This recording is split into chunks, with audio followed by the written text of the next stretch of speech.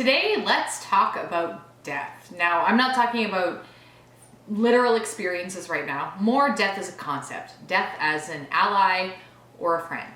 So in my own life, I spent most of my youth not thinking about death at all. And then death was my enemy.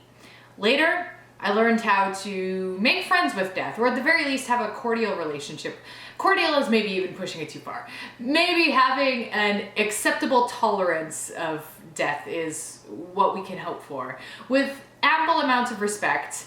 Kind of like saying, you know what, death, I hate you, basically, and everything that you are, but you're also like super critical to this storyline of life, and without you, life would basically be meaningless. So even though I hate you, you're super important. I gotta like tip my hat to you. I don't have a hat. I don't even have anything that I could tip. It's just an old-timey. I've been reading Ernest Hemingway. I'm thinking of old-timey statements. Anyway, I want to talk about this a little bit. So when I was younger, when I was in my late teens, early 20s, I started getting some pretty bad anxiety issues. And for me, these issues revolved around a fundamental fear of death. Now, the reason that I was afraid of death was because I had this strong sense that I was not living my life in the way that I should be, that I had a lot of potential and a lot of capability that I wasn't expressing, that I wasn't making the most of. I had this feeling of there is so much left that I have to do. The thought of dying is just so awful because of the lack of contribution that I've made so far. I've lived so selfishly. I haven't put anything out there. I've been writing music for years, but I haven't done anything with it. Basically just an experience of regret, even though death was not on my doorstep. But it sort of felt that way. It sort of felt like it could be around the corner at any minute, because I never know. You never know when it's going to come for you. And I had this feeling like it could come for me and I'm not ready. Is anyone ever ready? But I really felt that I wasn't ready. I had to do something with my life first. So that was one big reason that I was afraid of death when I was younger. Another reason that I was afraid of it was because I was sort of keeping it close at the same time. Now, I don't think that I was ever actually close to death, but the way that it felt in my life, I was flirting with it in different ways. So this, like as one example, drinking and smoking cigarettes, like having late parties and things like that. I was not living my life in a particularly healthy way.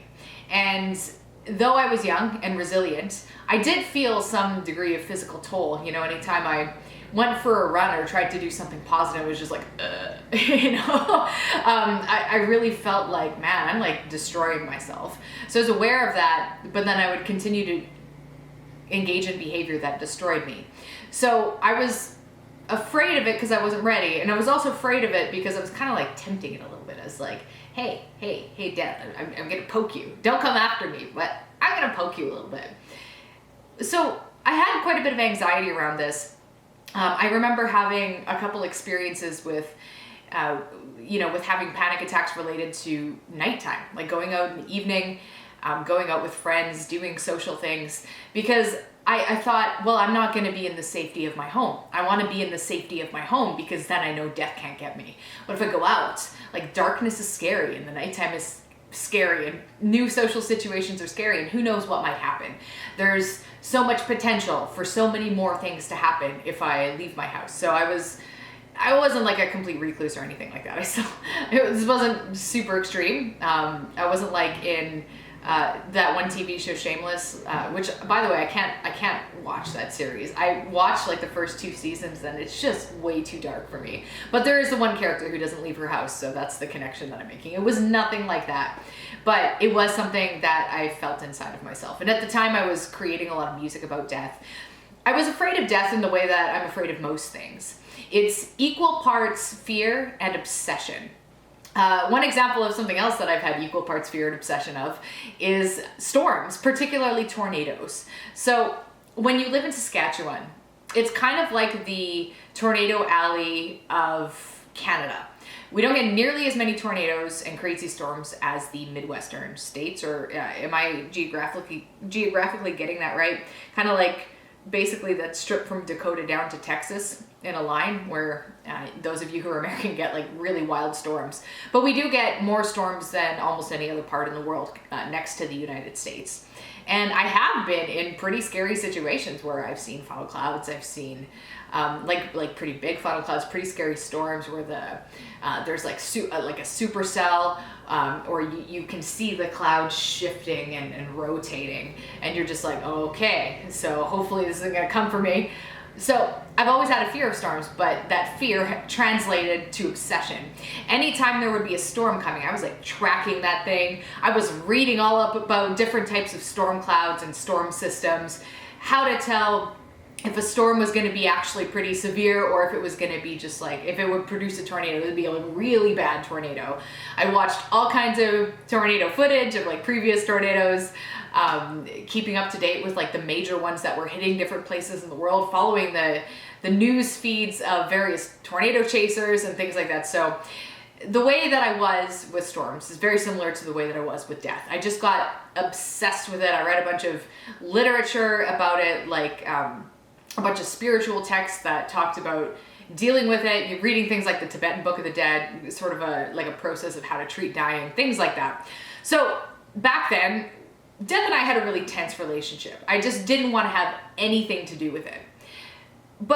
And I don't know really when this started to change, but sometime after I had my own firsthand experiences of death in my life and loss, sometime after that sort of set me straight. In a weird way, you would think that experiencing loss and death would be something that made you even more afraid of it.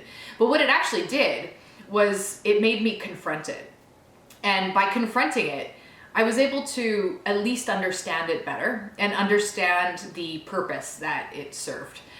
If it is to serve any purpose at all, because sometimes death is just cruel and terrible and random, and it can be extremely difficult to make sense of. So I tried to make sense of it because I was looking at it in the face, and I realized, like I talked about in a previous video, how the gift of pain is empathy, and that was a lesson that I started to learn. I started to see that death isn't just this careless thing that demolishes and destroys people. It is that, but it is also something other than that. It is something that can allow for more inner growth. The way that any terrible event, like a volcano eruption is terrible and destructive, but it's also what makes the soil incredibly fertile and allows things to grow. So it's just one of those, I started to see it as an essential part of life. There's always this light and this dark in constant shifting. I guess in the past it felt like a battle, but as I got a little bit older, it was more harmony. It was more two sides of the same coin, and I was able to, if not like it, if not even tolerate it, I at least understood something more about it, that it was in some way, it had to be an essential part of life, and I had to accept that.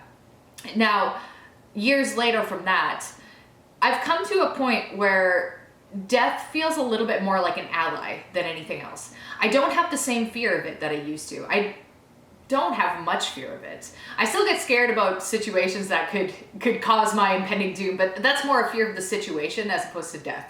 So driving in bad weather, or sometimes a really crazy storm. I haven't quite shaken that one either. These are the kinds of things that frighten me, that I get nervous about, that I get stressed about, that I like white knuckle it on the highway if there's bad weather, because these kinds of situations make me nervous. But death itself, I'm not particularly afraid of anymore. I am afraid of it with other people. So contemplating the idea of like a loved one, or heaven forbid my child, anything like that, that is terrifying, and I do not spend time thinking about that. 0% of the bandwidth of my mind is spent contemplating that. But in terms of my own death, and I think part of the reason that I've been able to shift away from that fear is because, well, a couple things. Being able to accept that death is a part of life is one of them, but it builds on that. Another part of it is that I've learned to live my life in such a way where I don't have that same sense of regret. I feel like I am doing what I can to contribute, and even though my best isn't always good enough, I feel like for the most part I do my best. I show that people I care about, that I care about them, that I do work that makes a difference to people, that I'm expressing myself in the way that I want to express myself, that I'm basically living my life the way I want to live it, and I have a happy life. And having this is another way that the fear has diminished. But a big part of it also is developing the understanding that everything beautiful about life is beautiful because death is a part of it. So it's kind of like if you had the sun without a shadow, like if there was light without dark. I wrote a line, I believe I wrote this in like some public washroom when I was like 18 years old, or maybe I was at a party and I just scrawled it in a private moment. And it's something that I've kept with me. It was just an insight that I had, and it's very simple. It's not that, I mean, I was 18, but I've kept it with me. And it is that contrast to the light gives the light its power. And without darkness, without shadow, there would be nothing. There would be no depth. There would be no perspective. Even if you think about it like literally, like in a visual sort of way. Everything has its equal opposite, and that includes life. Without death as the shadows of the light of life, you wouldn't have the same beauty. You wouldn't have the same nuance, the same detail. You wouldn't be able to appreciate it because you wouldn't really be able to perceive it. If being able to experience life without death would be something like experiencing anything is just one thing. Everything is in two. We live in a dual world. Everything is in pairs, whether it be like, I don't know, good and bad, light and dark, this or that. I could come up with a zillion examples, and that's sort of beside the point. But if you experience just one, just goodness, if you experience just happiness, if you experience just anything, then it's bland because it doesn't have its contrasting feature, which adds all of the detail to the pleasurable experience. So this is a lesson that I've been processing for many years, and I just wanted to talk about it a little bit in the hopes that if you've ever had this experience, I know that death isn't a particularly pleasant thing to contemplate, and many people in my life don't overly enjoy having these conversations with me because it's morbid. It can cause maybe some inner turmoil or pain, but there is something going on outside. I'm not sure if you guys can hear that. It's like a tractor or something. It is snowing, so maybe there's like a grater outside or something like that. But I wanted to share this transition with you because it's been a useful journey in my own life, and the idea that death can be my ally to make me live better, live more in the moment, is something that I want to keep close all the time, and something that I'll probably talk about more in the future as well. So thank you for joining me. I'll catch you guys later.